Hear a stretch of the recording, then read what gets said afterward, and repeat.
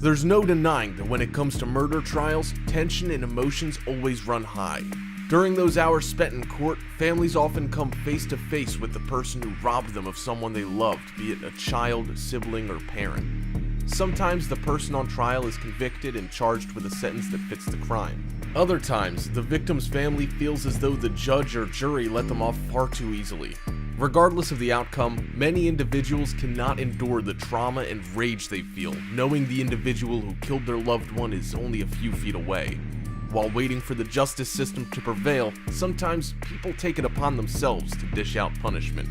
Here are some of those moments caught on camera. Number 1. The Cries of Karma. On July 7th, 2009, a student at the University of Wisconsin-Milwaukee named Nathan Potter was walking home one evening when he was suddenly accosted by a 19-year-old young man named Shondell Jackson. Shondell, along with an accomplice, threatened Nathan and ordered that he give them money. When Nathan said he didn't have any money on him, Shondell shot and killed the young college student.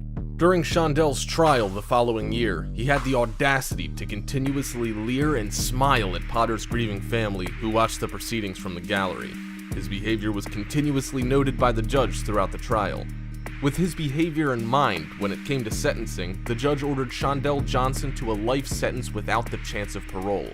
No longer smiling, Shondell bent in two and began to holler and cry, knowing he would never again see life outside of prison. Furthermore, as Jackson's family were escorted out of court, one of Shondell's family members looked to the Potter family and told them that she hated them. Nathan's family took the high road and did not react to the comment. Number 2. Dealing with dumb. On February 4th, 2013, Florida teen Penelope Soto found herself being sentenced for the first time in her life. Caught with Xanax with the intent to sell, Penelope found herself facing off with Judge Jorge Rodriguez Chamat, and she lost. The 18-year-old was drunk and on Xanax when she appeared before the judge, listening to her sentencing with a cavalier and inane attitude. When the judge dismissed her, Penelope turned a mocking smile at him and said, "Adios." Judge Rodriguez Chamat immediately called the young lady back and raised her bond from $5,000 to $10,000. Outraged, Penelope marches off while yelling at the judge to go bleep himself. The judge called Penelope back once more and ordered that she spend 30 days in jail for being in contempt of court. Only after Penelope came forward and apologized to the judge and agreed to participate in a drug court program did the judge remove her 30-day sentence. Number 3. The Shootout. On May 24, 2001, Bonnie Lee Backley was sitting in a car outside of an LA restaurant when she was suddenly shot to death. Backley was married to Hollywood actor Robert Blake, known for his role in the 1970s television show Beretta. He was charged with Backley's murder and the trial was highly televised, but nobody was prepared for what happened outside the courtroom as the trial was taking place. A lawyer by the name of Jerry Curry was walking into the courthouse when a man named William Stryler approached Curry, pulled out a gun, and began to shoot at the lawyer. Angry at how Curry had handled his case, Stryler decided to take revenge. As soon as Stryler opened fire, Curry ducked and hid behind a tree outside the courthouse. Stryler shot and struck Curry multiple times before being taken down by police officers. Miraculously, Curry survived the attack and made a full recovery. Number 4. The Michael Madison Murders. In June of 2016, a man named Michael Madison sat in court and faced the families of his victims. Born and raised in Cleveland, Ohio, Michael wound up attacking, raping, and murdering 3 women, Sherelda Terry, Shatisha Sheely, and Angela Deskins. Michael was eventually charged with the murders when the women's bodies were found in trash bags outside of Michael's apartment complex. During the trial, Van Terry, Sherelda's father, elected to give a statement to the court. During his heartfelt speech, he turned to look at Michael, who grinned at the grieving father. Unable to cope, Van Terry lunged at Michael across the table where Michael sat. Several officers, along with other members of the Terry family, were quick to act and pried the distraught father off of Michael. Judge Nancy McDonnell later sentenced Michael Madison to death. Number 5. Chair of Vengeance. In 2010, a woman named Jelani Platt drove to her home in Columbus, Georgia, which she shared with her husband, Zendarius. The couple got into an argument about rent money, which quickly grew violent. Zendarius wound up shooting his pregnant wife in the head and dumped her body in a retention pond not far from their home. When the murder weapon was found in the house, Zendarius was charged and put on trial the following year.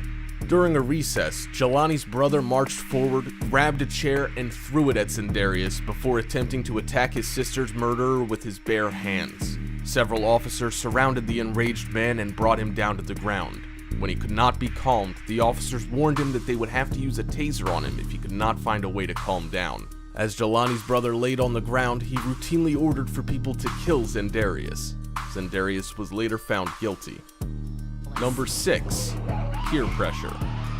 In 1991, an Alabama 15-year-old named Doug Gonzalez stood accused of murdering another high school student, 18-year-old Matthew Edward Hall. On the night of the murder, Matt and his friends had rented a couple of rooms at the Motel 6 in Mobile. The group was drinking and partying in the hotel when Matt noticed a car parked outside the room. Matt and one of his friends went to see who was in the car. The football player began to argue with the group of guys in the car and ducked his head into the passenger side window. Friends of Matt said they believed Matt might have hit Doug in the face before the then 14-year-old pulled out a gun and shot him. Matt's family were shocked when the jurors returned from deliberation and declared Doug guilty of negligent homicide. Incensed that Doug wasn't charged with first-degree murder, Matt's brother Kevin ran across the courtroom and threw himself at Doug. Deputies quickly pulled Kevin away from Doug and charged him for disrupting court proceedings. Number 7. Death and drugs. In 2010, a man named Alfred Gaynor stood in a Springfield, Massachusetts courtroom accused of murdering several women over a period of 10+ years. Alfred first became a murderer in 1995 when he became addicted to crack cocaine. He met several women who were also addicted to the dangerous substance and found opportunities to rape and murder them, then steal their possessions to be used to purchase more crack. As part of a plea bargain for one of the murders, Alfred Gaynor agreed to reveal each of his victims and how the murders took place. During the trial, several of Gaynor's victims' families were in the gallery, listening to the gruesome details. Hearing the details of his mother's death, one man decided to take matters into his own hands. He rose from his seat and attacked Alfred, who sat just a few feet in front of him.